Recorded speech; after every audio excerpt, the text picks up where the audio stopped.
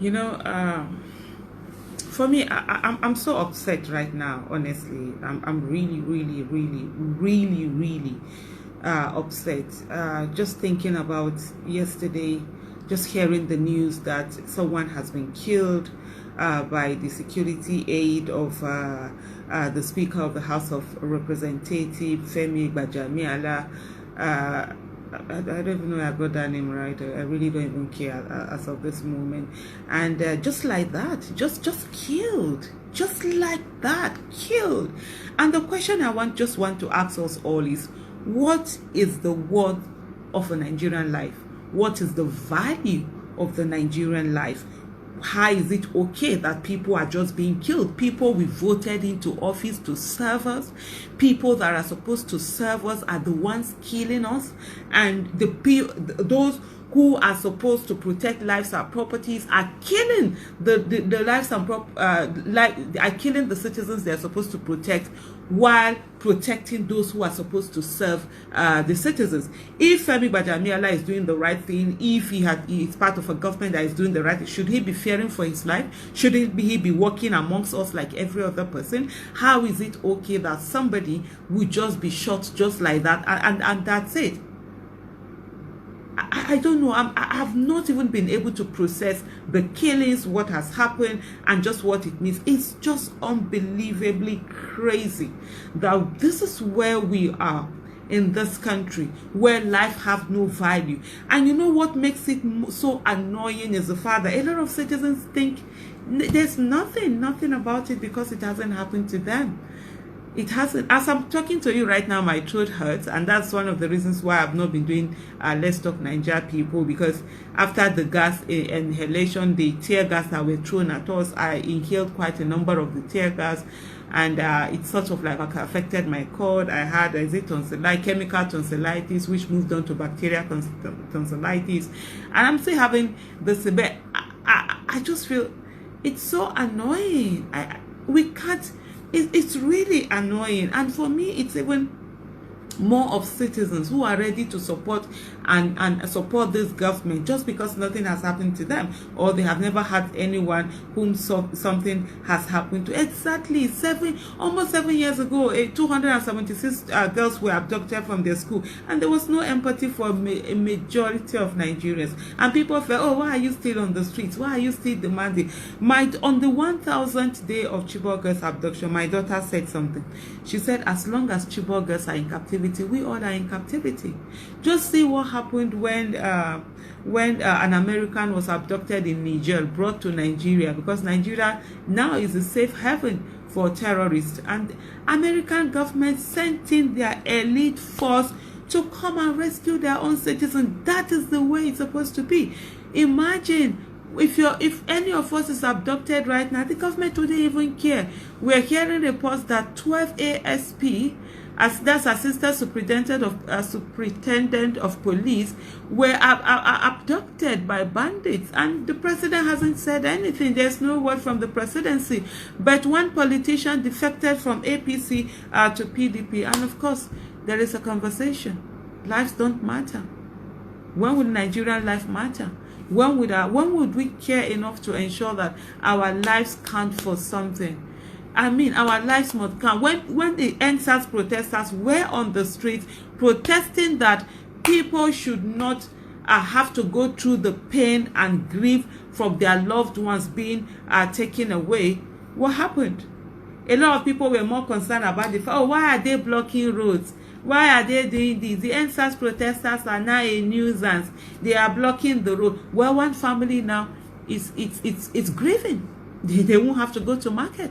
That's exactly what NSAS protesters were trying to prevent. They were trying to take away this culture of brutality where the police think that at any time they can just come in and kill people. That's what NSAS protesters were trying to do. They were not jobless and just thinking it's fun to just be on the street. A family now is crying right now. A woman has just been widowed. Her husband, who went to look for food to eat. How much do people who are selling newspapers even earn in a day?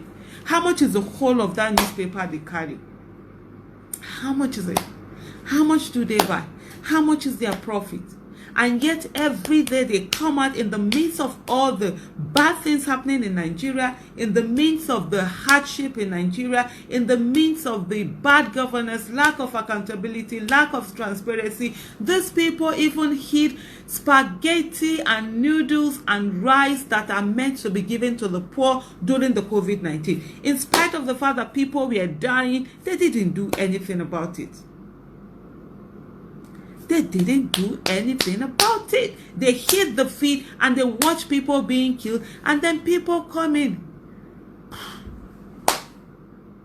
It's unbelievable. It's seriously annoying, and we should not be okay with this. I see people who are coming to say, "Oh, why are you talking too much? Are you the only one? Are you okay?" Dead people don't talk. I don't want to get a bullet in my head before I think I should be the one to talk. I would rather talk now. I'm not going to wait till I become a victim or I have a loved one who becomes a victim before I talk. I'm going to talk right now, and I'll keep talking. And for those who look the other way, it's pathetic. Some people are saying that, government killed Nigerian youth on the 20th of October 2020. No, it's not just 20th of October 2020 that government had been killed Nigerian youth. Nigerian government have been killing Nigerian youth. It's just that you guys don't focus. You guys look the other way because you don't like them. Until the lives of the people we do not like matter, our own lives will not matter. When they kill Shiite Muslims, you are okay because you don't like Shiites. When they kill IPOBs, you are okay because you don't like IPOB members. Guess what? They're going to come and kill you too. Because the more you support them when they kill other people, they get emboldened to kill more. You give them enabling environment to kill, and that's what is going to keep happening. They've been killing since exactly. Jenny, you said they've been killing since, and they're still killing, and they will continue to kill as long as we don't with one voice call out these killings. You don't need to like the person, you don't need to like the group, but everybody's life is sacred. Everybody's life is important. The Prophet sallallahu alaihi wasallam, Prophet Muhammad sallallahu alaihi wasallam said that until you want for another what you want for yourself, your iman, your faith is not complete. Simple. Until you see another person being killed and you say, "Oh no, why are you killing that person? You have no right to kill that person." Until we get to that point, all of us will be killed anyway. And when I say this thing, people think I'm joking, or they just look at it flippantly. No, yesterday's victims were once survivors. This vendor that was killed yesterday, he was once a survivor. When IPOB were being killed, he was a survivor. When Shiites were being killed, he was a survivor. When stray bullets went and killed journalists and someone, he was a survivor. But yesterday he became a victim. And that's why every time I say to us, yesterday's victims were once survivors. Today's victims were yesterday's survivors. Those that are going to be victims today were yesterday's survivors. Yesterday, when other people were victims, they were survivors. And tomorrow's victims, today's victims were yesterday's survivors. Yesterday they were survivors. Today they are killed. They become the victims. Tomorrow's victims are going to be today's survivors. And who are today's survivors? You and I that are alive are the survivors. And if we don't do anything about it, it's going to be our turn. Forget about the issue of you thinking that, you pray. Prayers don't stop bullets. It was a child she was 5 at that moment. I remember at Bring Back Our Girls movement, this little girl said that to her father. When her father, during 2014, the killings and everything, and the father was saying to her, you should pray. And this little girl said to her father, prayers don't stop bullets. Because most of us assume that because we pray, we will never be victims. Because we pray, it will never happen to us. But guess what? The people who have become victims, they also pray. The people who are victims today pray. They go to mosques, they go to churches, they visit their DB or whatever they believe in, but they are victims. So you praying, it's not going to make you not to be a victim.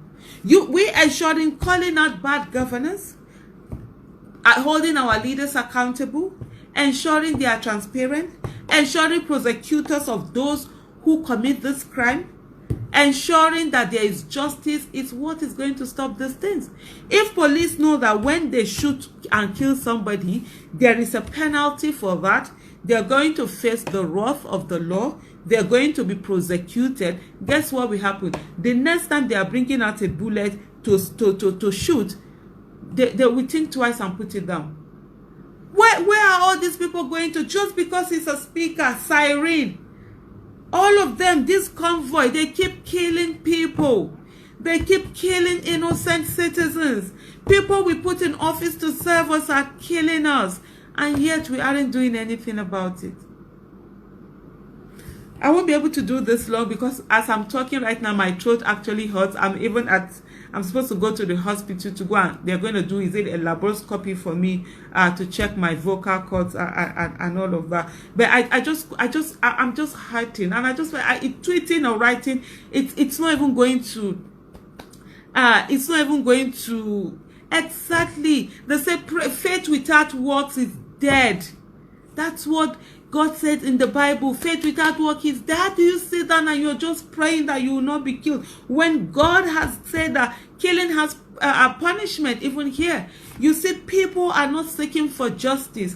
When it's time for justice, what they just do, they say, oh, we leave everything to God. How are you leaving everything to God when God has given you capacity to do it? When God has said there is punishment for certain behavior, killing, murder has punishment. Why are you not seeking for that justice here? Why are you leaving everything to God?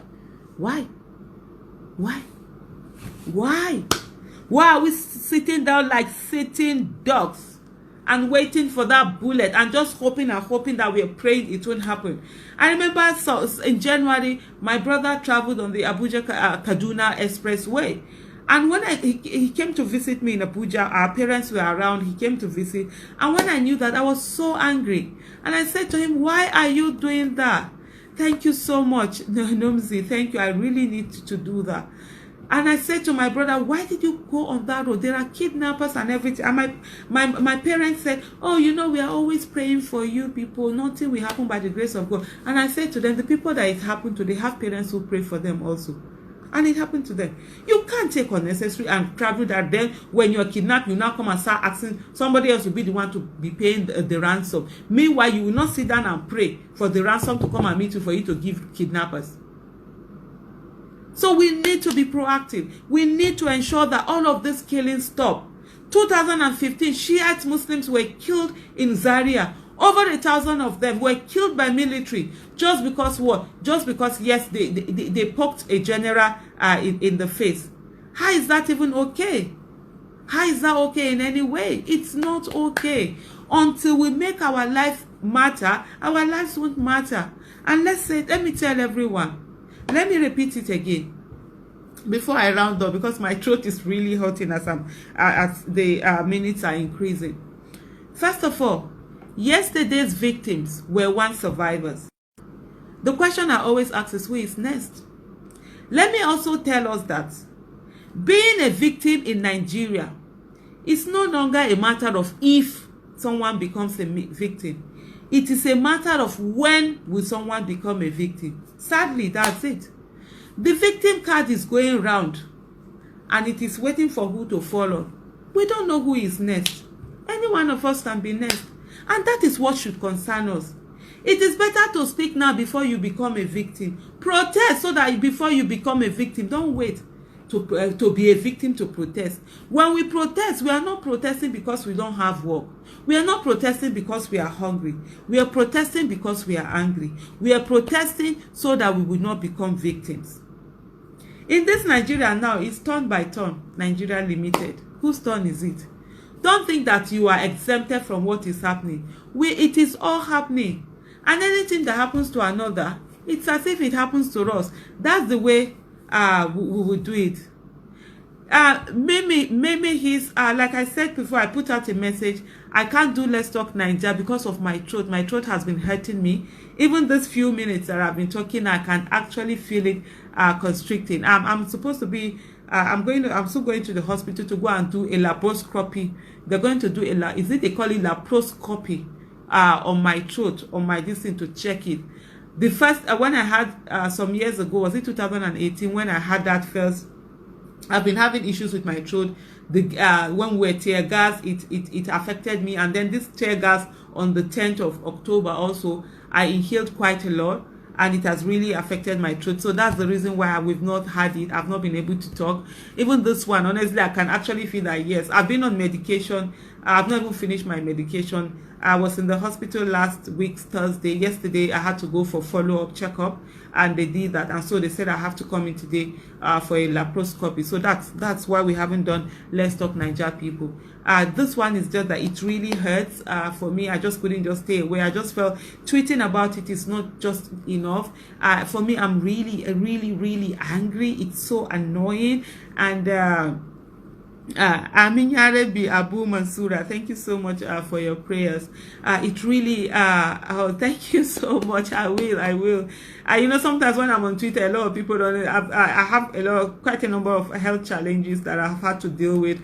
In the last 3 years, honestly, I've really not been myself. There were times that I spent like 3 months without unable to go out because I'm so bad. It's just that I'm this crazy person that you hardly ever get to know about that, because I'm always up and about. It's just that honestly, when will life matter in Nigeria? It really hurts. It really hurts, and for me it's really painful. And I think every one of us, let's not just allow these things go on. The killings are enough. I'm tired of justice for this, justice for that, because one person or the other have been killing. The way our security agents are killing Nigerians with impunity, with nothing being done, it's absolutely not the way it should be. And every one of us, please, let's not just look the other way when these things happen. Let us ensure that we're fighting for this justice. We are ensuring these things don't happen. For crying out loud, another family now has to grieve over police brutality. I remember the other time when police killed I always forget this security agents that wear blue. Is it blue uniform? Gosh, what's their name? That recently got to be carrying guns. I can't even remember what they are. I always forget their names. I don't know why is that. And what happened was that he was driving on traffic, trying to take his children to school. Police had arrested him, took him to their office. They started beating him in front of his wife and 2 children. I think the oldest of the sons was either 4 or 5 years, can't remember now. And they killed him. They were shouting, "Please don't kill our daddy." The wife was shouting, "Don't kill." Yes, civil defense. Thank you so much. Yeah, I don't know why I always forget that name. I don't know why I always forget that. It's civil defense. Oga Jumbo was the name of this civil defense officer, and police ended up killing him. And it's really painful the way all of these things just keep happening in Nigeria. You know, the killing, it's as if life doesn't matter. Boko Haram will kill Nigerians, are killing Nigerians, bandits are killing Nigerians, kidnappers are killing Nigerians, killer headsmen are killing Nigerians, soldiers are killing Nigerians, police are killing Nigerians, road safety are killing Nigerians, the customs are killing Nigerians, even the civil defense are also killing Nigerians. Nigerian government is killing Nigerians. When would we have life? When would Nigerian life matter? When would we be seen as citizens in this country? And before I go now, I'm going to say to every one of us, please remember that no Nigerian is more Nigerian than any Nigerian. The office of the citizen is the highest office in the land, and we must continuously protect that office. The life of a Nigerian matters, whether you are poor or you're rich, whether you're educated or not, whether you live in the city or live in the rural area. Every one of our life matter, and we must ensure that we keep fighting for the government to note that and treat us with the respect that we deserve. Please, we must take these things into account. We should stop looking the other way. We should stop saying that God will give us justice. God has asked us to do justice here, and God will not do for us what he has given us capacity to do for us. So thank you so much for being with me now. Thank you so much for listening. I just needed to say this. Since yesterday, my heart has been so broken. I don't even know. I'm even unable to cry. It's just so sad and so heartbreaking knowing that a woman out there, just like I am, has just been widowed.